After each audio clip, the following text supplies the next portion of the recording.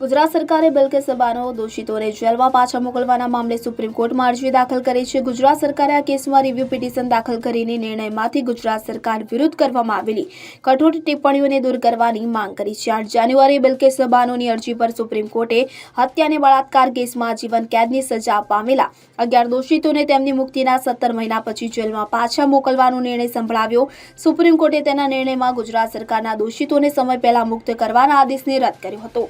આ ઉપરાંત સુપ્રીમ કોર્ટે પણ પોતાના નિર્ણયમાં ગુજરાત સરકાર સામે આ કરી ટિપ્પણીઓ કરી હતી। રાજ્ય સરકારે તેમને હટાવવાની વિનંતી કરતી રિવ્યુ પિટિશન દાખલ કરી છે। તેમાં કહેવામાં આવ્યું છે કે અદાલતે તેના નિર્ણયમાંથી બિલ્કિસ બાનો કેસમાં રાજ્ય ગુનેગારો સામે કામ કર્યું કે જેવી સરકાર વિરોધી ટિપ્પણીઓને દૂર કરવી જોઈએ।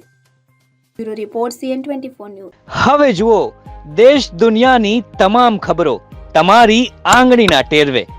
ઉઠાવો મોબાઈલ અને ગૂગલ પ્લે સ્ટોર પરથી ડાઉનલોડ કરો અમારી CN24 ન્યૂઝ મોબાઈલ એપ।